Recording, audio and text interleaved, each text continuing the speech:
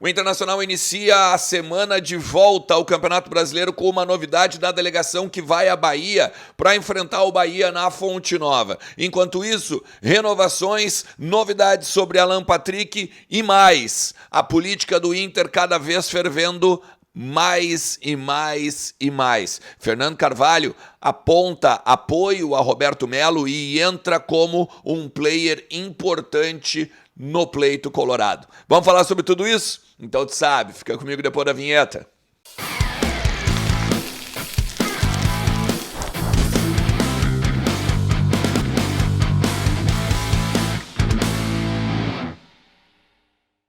Fala Colorado, como é que vocês estão? Tudo certo? Tudo beleza? Vamos lá, bora falar do Internacional, atualizar as informações aí do nosso clube e entender um pouquinho dos bastidores do que tá rolando, porque começamos a semana da volta colorada a Brasileirão, a rodada do Brasileirão, né? A primeira das 12 finais aí. O Cudê falou que vai ganhar os 12 jogos agora para ir buscar uma vaga na Libertadores. Então tudo é decisão. Fica comigo até o final do vídeo, te inscreve no canal, ativa a notificação. Também deixa teu like, compartilha para o maior número possível aí de colorados, porque tem muito pra gente falar aqui nesse conteúdo. Não te esquece que a KTO também é minha parceira aqui e te dá 20% de free bet com o cupom Ernest no teu primeiro depósito. Faz teu cadastro lá, vem brincar com a gente, porque KTO é onde a diversão acontece, né? E aí, agora a gente vai falar do Internacional. Vamos começar assim, gente.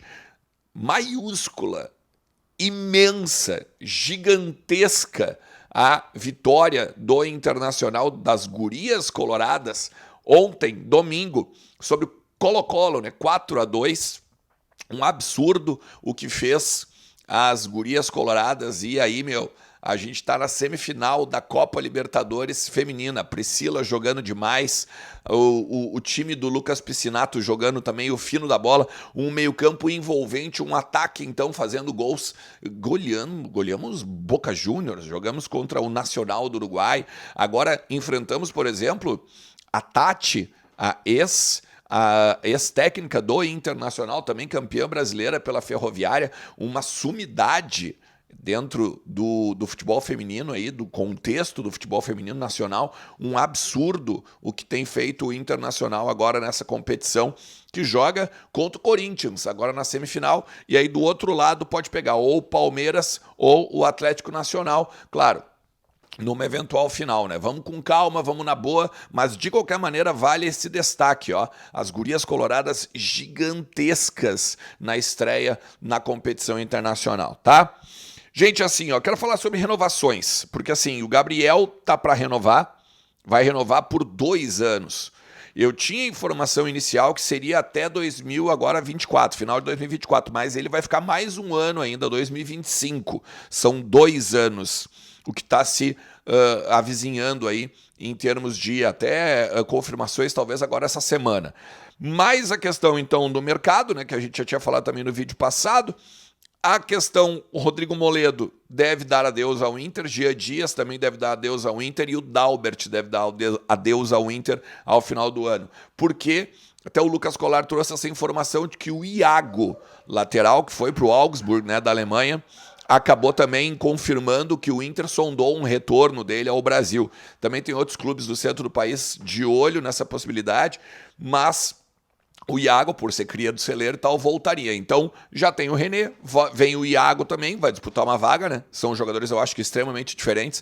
O Iago é mais ofensivo do que o René, ainda que o Iago tenha uma composição mais também de jogar atrás. Mas vale destacar, né? O Dalbert tinha um contrato ainda de produtividade até o final do ano, veio muito mais por questão de necessidade, né? O Inter não tinha um reserva para o René.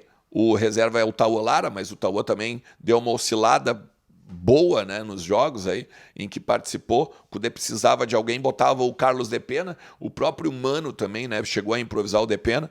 Então tá aí a questão da lateral. No Alan Patrick, e aí aqui algumas pessoas de dentro do clube procuraram, né? O Lucas Colar, procuraram a mim também, para a gente falar sobre a multa do Alan Patrick. A multa do Alan Patrick ela não é de 5 milhões de euros. A multa do Alan Patrick para o exterior é de 60 milhões de euros. E aí aqui até vale destacar, né? Porque o Inter sempre faz isso. A multa do exterior é 60 milhões de euros com alguns adendos ali, né? Por exemplo, lembra do Edenilson? O Edenilson tinha, né? Depois de X tempo, ele baixaria para tantos milhões de dólares. Lembra que teve toda aquela celeuma lá atrás. Só que o Inter garante que não tem problema na questão da multa. Não vai baixar a multa, não vai diminuir, não vai ter nada de diferente nesse sentido. Então, Alan Patrick, 60 milhões de euros. O contrato é até final de 2025.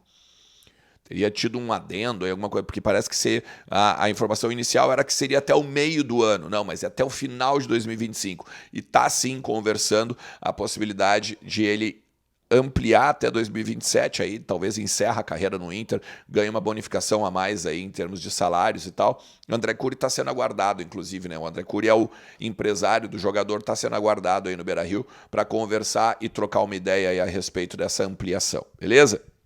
Gente, um outro assunto, política do Inter. Nessa segunda-feira à noite, na Anhiggs, aqui na Avenida Ipiranga, em Porto Alegre, é lançada a chapa do Roberto Melo, né, dos outros movimentos também que fazem parte do contexto, mas é uma chapa majoritariamente do movimento Intergrande, né?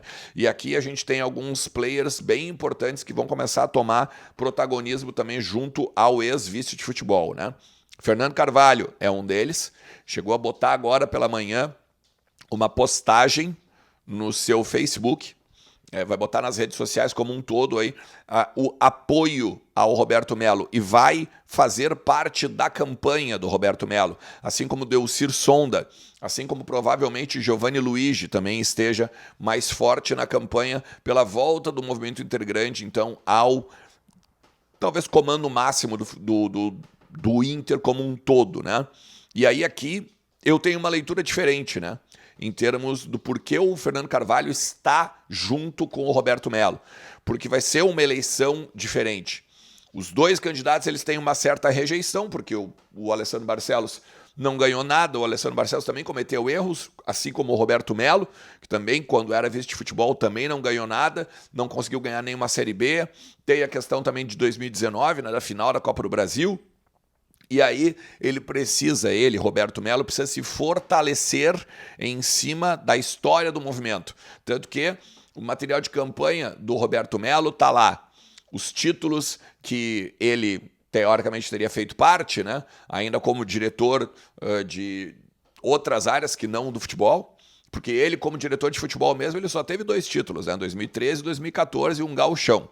O resto, ele era tudo fazendo parte, né, daquilo que era ali o Fernando Carvalho como vice-presidente de futebol, depois o Vitório Pífero, que, né, bate na madeira aí por ouvir o nome do cara. Então, bate essas questões assim de como a eleição vai ser diferente. Os players, né, como gosto dessa palavra, tá na moda aí agora, vão se fazer valer. O Delcir Sonda vai estar hoje à noite lá na Anhiggs, deve também apostar muito na questão do seu dinheiro, do seu valor, né, da sua valência em termos de investidor, que o movimento Intergrande sempre teve isso. O Fernando Carvalho, não precisa nem falar, presidente campeão do mundo, o Giovanni Luigi, o cara que pegou e fez o estádio Beira-Rio, né, ser o que é hoje, em vez dos recursos próprios que a turma lá do Pífero e do Afatato queriam, né, e pelo andar da carruagem, a gente vê também a importância disso, né, por parte do Giovanni Luigi. Então, assim, a campanha da gestão ainda não vai para o pátio. Por quê? Porque ainda não vai para os microfones. Por quê? Porque a gestão entende que não é o momento de falar ainda. O Roberto Melo precisa falar porque o Roberto Melo precisa fazer a campanha desde sempre, está apostando demais nos consulados, inclusive, né? O Alessandro Barcelos acredita que agora, como o primeiro turno é dentro do Conselho Deliberativo e os 2 candidatos estão praticamente definidos, dificilmente alguém vai fazer 85% dos votos para não ir ao pátio, para não ter pátio, a eleição.